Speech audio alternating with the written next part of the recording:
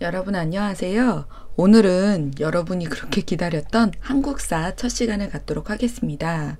1학년 때까지는 조선 후기 세도 정치로 인해서 사회가 혼란했던 모습까지 살펴봤다면 오늘 이 시간부터는 2학년에서는 그러한 혼란했던 조선 후기 어떻게 하면 새로운 사회, 근대 국가를 수립할 수 있을까? 그리고 나라의 국권을 어떻게 수호할 수 있을까? 이런 내용들을부터 시작해 보도록 하겠습니다. 간단하게 제목부터 먼저 짚고 나가면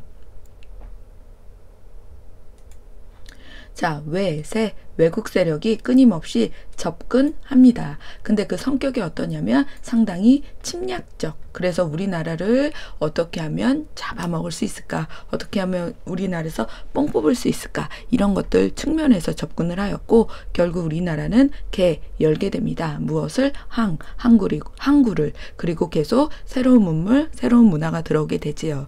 근데 그것에는 상당히 침략적인 요소가 많이 들어 있었습니다. 그러한 움직임에서 흥선대원군이라는 사람이 정치를 하게 되었는데 그의 정책을 통해서 그 당시 사회의 모습을 한번 살펴보도록 하겠습니다. 자, 때는 여러분 19세기입니다.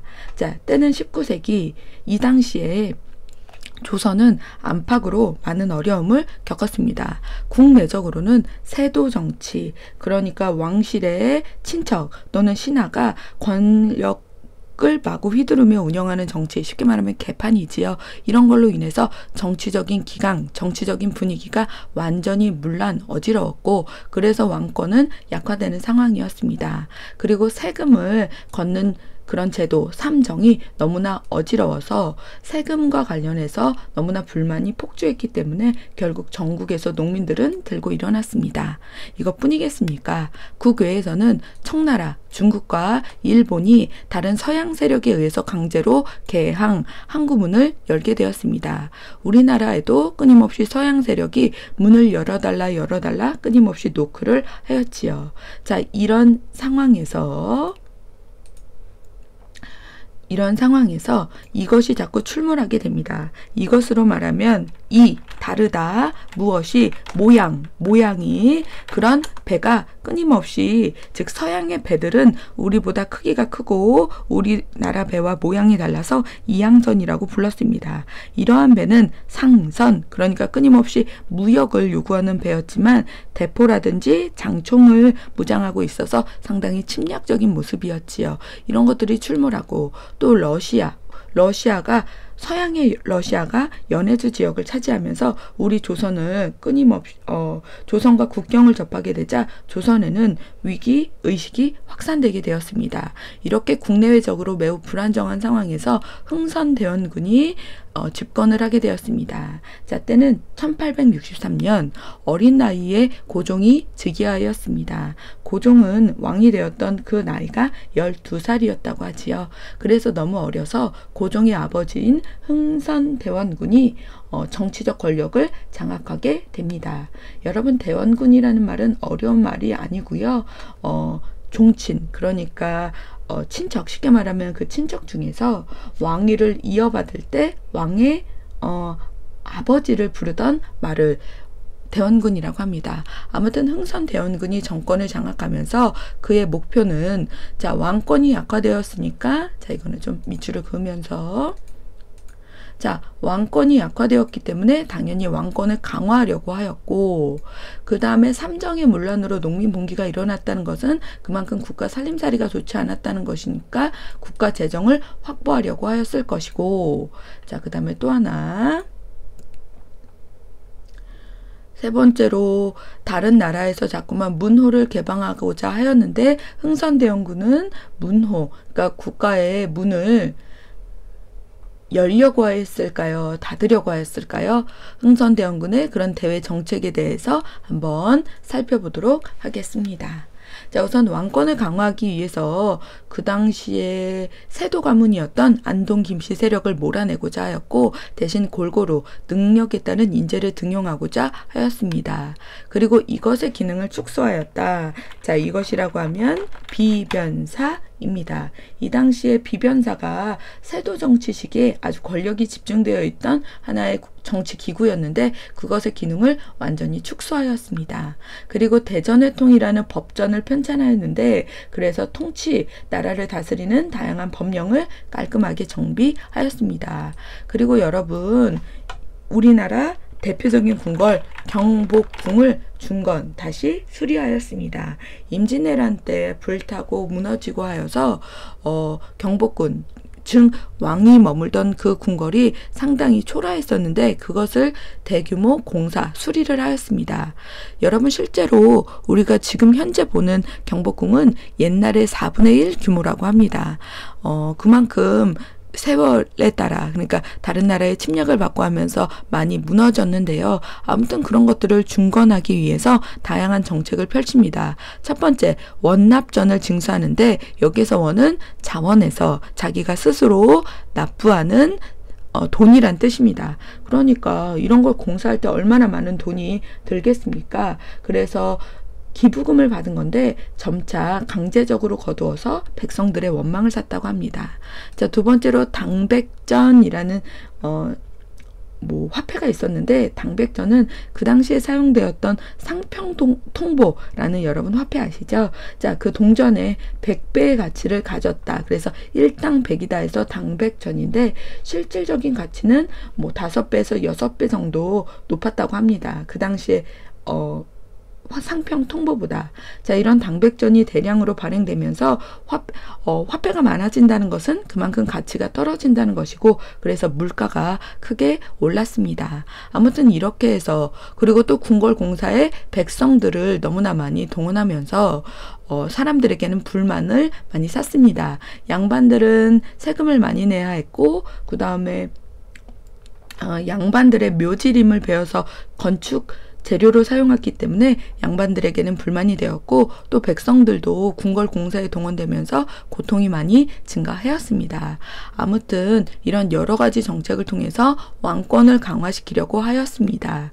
자, 그 다음에 국가의 살림살이를 확보하기 위해서도 노력하였는데, 자, 그 당시에 삼정이라고 해서 3가지 세금 제도가 있었습니다. 첫 번째, 땅에 걷는 전세, 두 번째, 군대에 가는 부담 대신에 군포라는 옷감을 내게 하였습니다. 세 번째, 곡식을 싼값에 빌려주고 가을이 되면 갚게 하는 환곡이라는 제도가 있었는데 이런 것들이 너무 개판이 되었지요.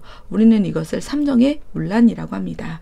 그래서 이런 전세를 다시 잘 걷기 위해서 토지조사, 즉 측량한다. 무엇을? 밭을, 양전사업을 펼쳤고, 두 번째, 양반에게도 그 당시에는 군포를 내지 않았습니다. 누가? 양반이. 하지만 이제는 양반에게도 군포를 징수하는, 어느 집이나 누구나 군포를 내게 하는 호포제가 실시되었습니다.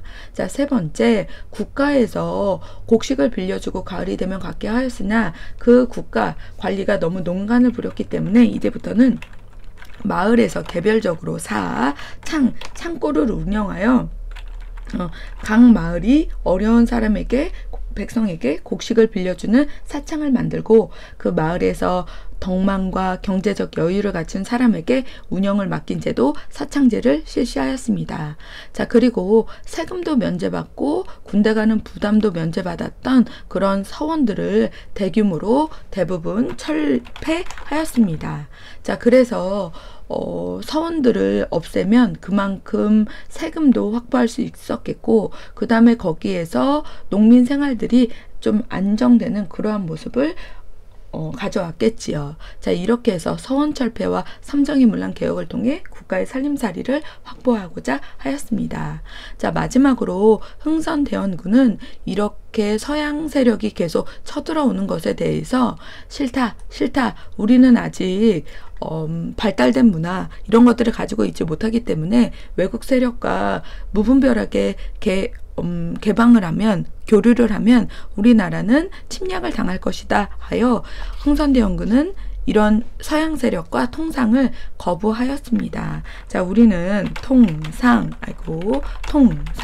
외국과 상업활동을 하고 수교, 교류를 맺는 것을 거부하는 정책을 펼쳤습니다. 자, 크게 5가지 사건이 있는데 순서대로 꼼꼼히 봐두시기 바랍니다. 자, 때는 1866년입니다. 자, 이 해를 우리가 병인년이라고 하는데요. 자, 이때 러시아가 끊임없이 남하합니다. 이걸 막기 위해서 우리나라는 프랑스한테 SOS를 펼치지요. 하지만 이런 것들이 실패로 돌아가자, 그리고 또 천주교에 대해서 반대하는 기운이 계속 국가적으로 높아지자 승천대원군은 프랑스 선교사 9명과 약 8,000명의 천주교도를 처형하는 일이 발생합니다. 자, 프랑스 선교사 천주교도들을 박해하였다, 엄청나게 힘들게 하였다 하여 우리는 그걸 병인 박해라고 합니다. 자, 천주교 교리 자체가 인간은 평등하다고 주장하는 것이고, 그 다음에 또 조상에 대해서 제사 지내는 것에 대해서 상당히 거부감을 갖는데, 반대로 조선은 유교사회이기 때문에 부모에게 효도하고 또 조상에게 효도하는 것들을 상당히 중요시 여기잖아요. 그래서 그런 움직임에 대해서, 천주교의 움직임에 대해서 반대하였습니다. 이게 바로 병인 박해입니다. 여러분, 프랑스가 가만히 있었겠습니까? 아닙니다. 자, 프랑스군이 1866년 그 해의 9월에 쳐들어옵니다. 어디로 쳐들어옵니다? 강화도로 침입합니다. 그래서 아직도 강화도에 가면 이 프랑스군과 아주 격전을 펼쳤던 그런 유적 유물을 많이 볼 수 있는데요. 자, 한성근 부대가 문수산성에서, 그리고 양원수 부대가 정족산성에서 이 프랑스군을 격퇴합니다. 자, 프랑스군은 세상에 우리가 물리칩니다. 자, 프랑스군은 퇴각, 물러나면서 우리나라에 보물이 있었던 외교장각에서 대규모 도서와 보물을 약탈해가는 만행을 저지르게 되지요. 아무튼 프랑스라는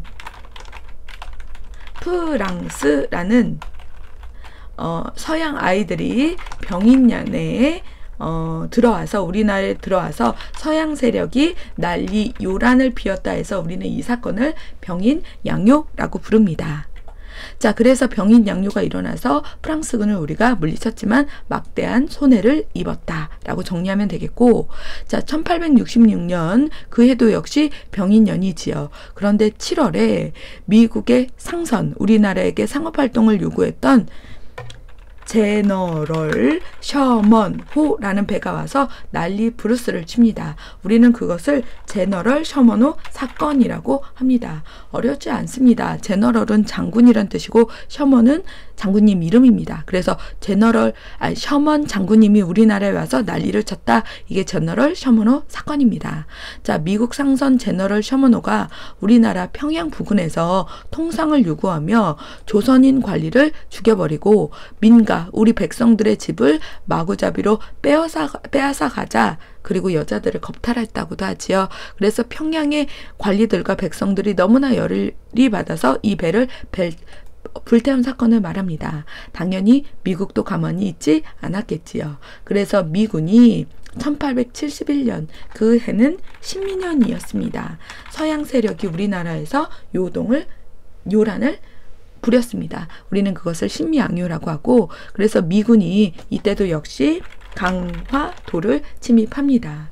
그래서 광성보라는 지역에 침입을 했는데 우리나라의 어제현 부대가 활약을 펼쳤습니다. 그래서 결사적으로 싸웠습니다. 예상보다 조선군의 저항이 너무나 거세지자 미군은 스스로 철수하였습니다. 자, 그리고 이 병인양요와 신미양요 두 사건을 통해서 안 되겠다. 흥선대원군은 이런 서양과의 통상수교는 거부해야 한다. 서양 오랑캐가 침범함에 싸우지 않음은 곧 화의, 평화를 맺는 것이요. 평화를 주장함은 나라를 파는 것이다. 라는 내용이 담긴, 우리는 배척한다. 무엇을? 평화를. 그런 비석을 곳곳에 세웁니다. 서울 종로를 비롯하여 전국 각지에 세워졌으나 다다음 시간에 배울 이모군란 당시에 흥선대원군이 청에 막 납치되고 그러면서 그 가운데 일본이 이런 척화비를 막 철거하였다고 하지요. 아무튼 이렇게 해서 흥선대원군은 통상수교 거부 정책을 펼칩니다.